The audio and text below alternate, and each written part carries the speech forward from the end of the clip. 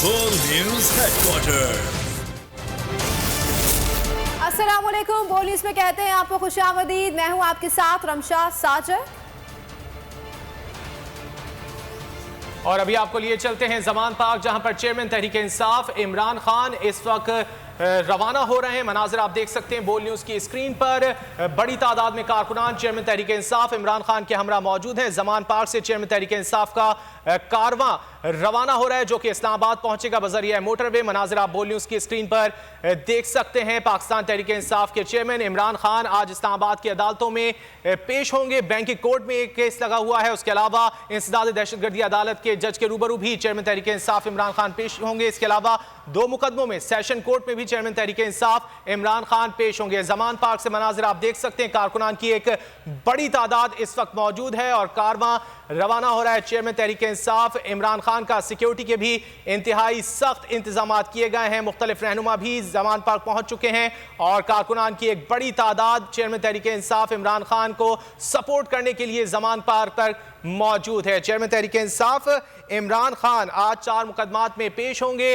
Banking court में एक case है जिसमें चेयरमैन तहरीक इंसाफ इमरान खान हाजिरी लगाएंगे। इसके अलावा इंसदाद दहशतगर्दी अदालत में भी चेयरमैन तहरीक इंसाफ जज के रूबरू पेश होंगे। इसके अलावा 2 सेशन कोर्ट में मुकदमात हैं जिसमें चेयरमैन तहरीक इंसाफ इमरान खान अपनी हाजिरी लगाएंगे। इमरान खान फंडिंग केस में बैंकिंग कोर्ट की जज रशिंदा शाहीन के रूबरू पेश होंगे, जबकि इंसदाद दहशतगर्दी अदालत के जज राजा जवाद अब्बास की अदालत में दहशतगर्दी की दफात के तहत दर्ज मुकदमे में भी पेशी होगी। चेयरमैन पीटीआई इस्लामाबाद कचहरी में तोशाखाना केस में फौजदारी कार्रवाई के मुकदमे में एडिशनल सेशन जज जफर इकबाल की अदालत में पेश होंगे। इमरान खान इसी अदालत में इक़दाम कत्ल की दफात के तहत थाना सेक्रेटेरिएट में दर्ज मुकदमे भी हाजिरी लगाएंगे। इमरान खान बरास्ता मोटरवे इस्लामाबाद रवाना होंगे। लाहौर से तहरीक इंसाफ के रहनुमा और कारकुनान काफिले के साथ जाएंगे। चेयरमैन तहरीक इंसाफ इमरान खान का कारवां जमान पार्क से रवाना हुआ है और आज वो इस्लामाबाद पहुंचेगा, जहां पर 4 मुकदमात में चेयरमैन तहरीक इंसाफ इमरान खान अपनी हाजिरी लगाएंगे। एक बैंकिंग कोर्ट, दूसरा इंसदाद दहशतगर्दी की अदालत और 2 सेशन कोर्ट में मुकदमात ज़ेर समात हैं और उनमें हाजिरी लगवाएंगे चेयरमैन तहरीक इंसाफ इमरान खान। गुज़िश्ता रोज़ चेयरमैन तहरीक इंसाफ इमरान खान के वकील बाबर आवान की जानिब से इस बात की यकीन दहानी कराई गई थी कि चेयरमैन तहरीक इंसाफ इमरान खान आज अदालत के रूबरू पेश होंगे और इसी सिलसिले में पहले ये प्लान बनाया गया था कि तैयारी के जरिए चेयरमैन तहरीक इंसाफ इमरान खान लाहौर से इस्लामाबाद के लिए रवाना होंगे, लेकिन फिर तब्दीली आई इस प्लान में और अब बरास्ता मोटरवे चेयरमैन तहरीक इंसाफ इमरान खान इस्लामाबाद के लिए रवाना हो गए हैं। आपको बता रहे हैं कि चेयरमैन तहरीक इंसाफ इमरान खान का कारवां जमान पार्क से इस्लामाबाद के लिए रवाना हो गया है। चेयरमैन तहरीक इंसाफ इमरान खान आज इस्लामाबाद में अदालतों के रूबरू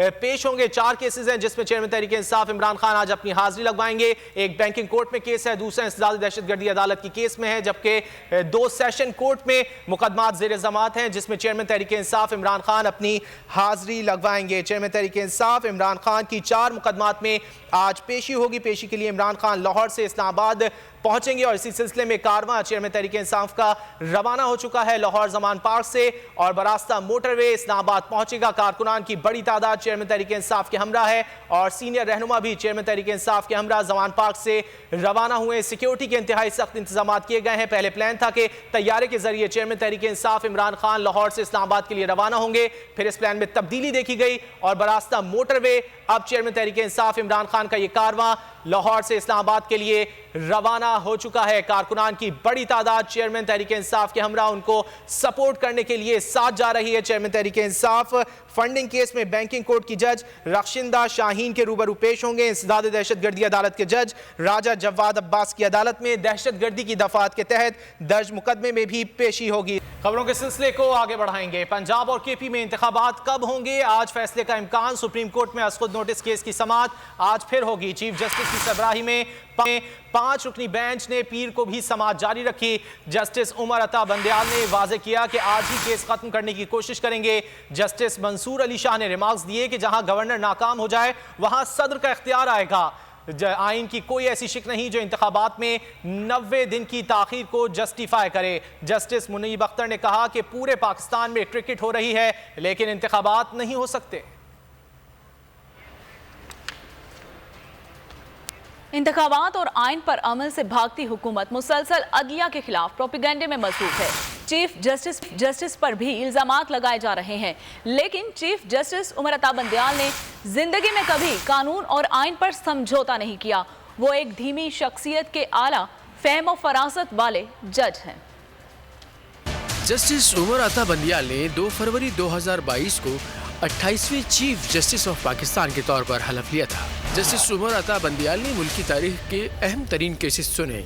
स्पीकर की रूलिंग का मामला हो या फिर पंजाब के वजीर आला के इंतखाब का केस हो, उन्होंने किसी किस्म का दबाव लेने के बजाय आईन के मुताबिक फैसले किए। जब अवाम और इलेक्शन से खौफजदा हुक्मरानों ने पंजाब और खैबर पख्तूनख्वा में आइन को रोंदना शुरू किया तो चीफ जस्टिस ने अज खुद नोटिस ले लिया।